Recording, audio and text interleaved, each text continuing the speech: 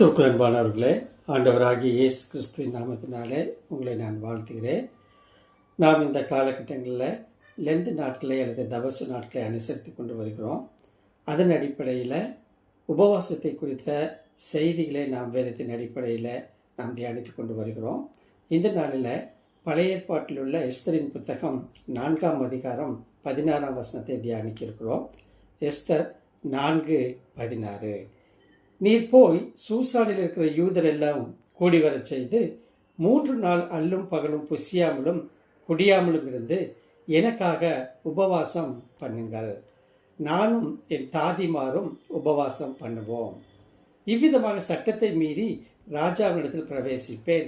நான் செத்தாலும் சாகிறேன் என்று சொன்னார். எனக்கு அன்பானவர்களே, இந்த வசனத்தில் வருகிற நீர் போய் என்ற வார்த்தை எஸ்தர் ராணி மொர்தெகாயிடம் சொன்னது. இந்த வசனம் எஸ்தர் ராணியின் விசுவாசத்தின் உச்சக்கட்ட தருணத்தை பிரதிபலிக்கிறது. இங்கே எஸ்தர் ராணி பயத்திலிருந்து துணிச்சலான செயலுக்கு நகர்கிறார்.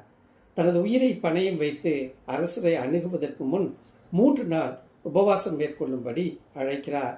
நான் அழிந்தாலும் அழிகிறேன், அதாவது நான் செத்தாலும் சாகிறேன் என்ற அவரது கூற்று தேவனின் விருப்பத்திற்கு முழுமையாக சரணடைவதையும் தனிப்பட்ட பாதுகாப்பை விட தன் கடமைக்கு முன்னுரை அளிப்பதையும் இங்கே பார்க்க முடியும்.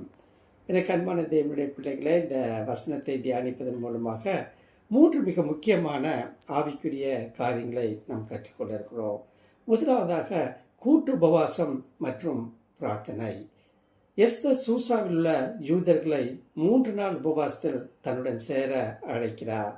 தனது பதவி அல்லது கவர்ச்சியை நம்புவதற்கு பதிலாக ஆன்மீக சார்பு மற்றும் சமூக ஒற்றுமையின் அவசியத்தை எடுத்து காட்டுகிறார்.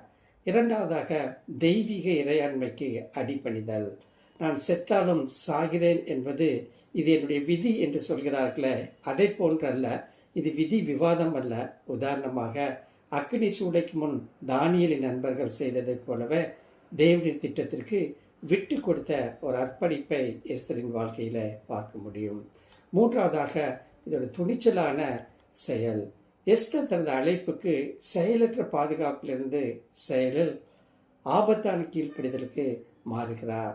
இது போன்ற காலத்திற்கு என்ற வார்த்தை எஸ்தரின் வாயிலிருந்து வருகிறதை நாம் வாசிக்க முடியும். 3ஆம் நாள் என்று எஸ்தர் சொல்கிறதை பார்க்க முடியும். இந்த உபவாசம் 3 நாள் வரை நீடிக்கும். அப்பொழுது அவள் ராஜாவிடம் விஷயத்தை சொல்லுகிறாள். இதன் அர்த்தம் என்ன? தீர்க்கமான நடவடிக்கை எடுப்பதற்கு முன் தேவனுக்கு காத்திருக்கும் காலத்தை இது குறிக்கிறது. எனக்கு அன்பான தேவனுடைய பிள்ளைகளை, எஸ்தர் ராணியின் இந்த உபவாச ஜெபம் தேசத்திலே, ஏன் வரலாற்றிலேயே ஒரு மாற்றத்தை கொண்டு வந்தது என்று நாம் அறிந்திருக்கிறோம். நெருக்கடியான காலங்களில் உபவாசம் மற்றும் ஜெபத்தின் மூலம் தேவனை நம்புவதற்கும் விளைவுகளை பொருட்படுத்தாமல் அவருக்கு கீழ்ப்படிவதற்கும் இந்த வசனம் மட்டுமல்ல, எஸ்தரின் வாழ்க்கை நமக்கு ஒரு மாதிரியாக செயல்படுகிறது. நமக்கும் இப்பேற்பட்ட கிருபையை இந்த உபவாச நாட்களில் திரியேக தேவன் கட்டளையிடுவாராக. ஆமென்.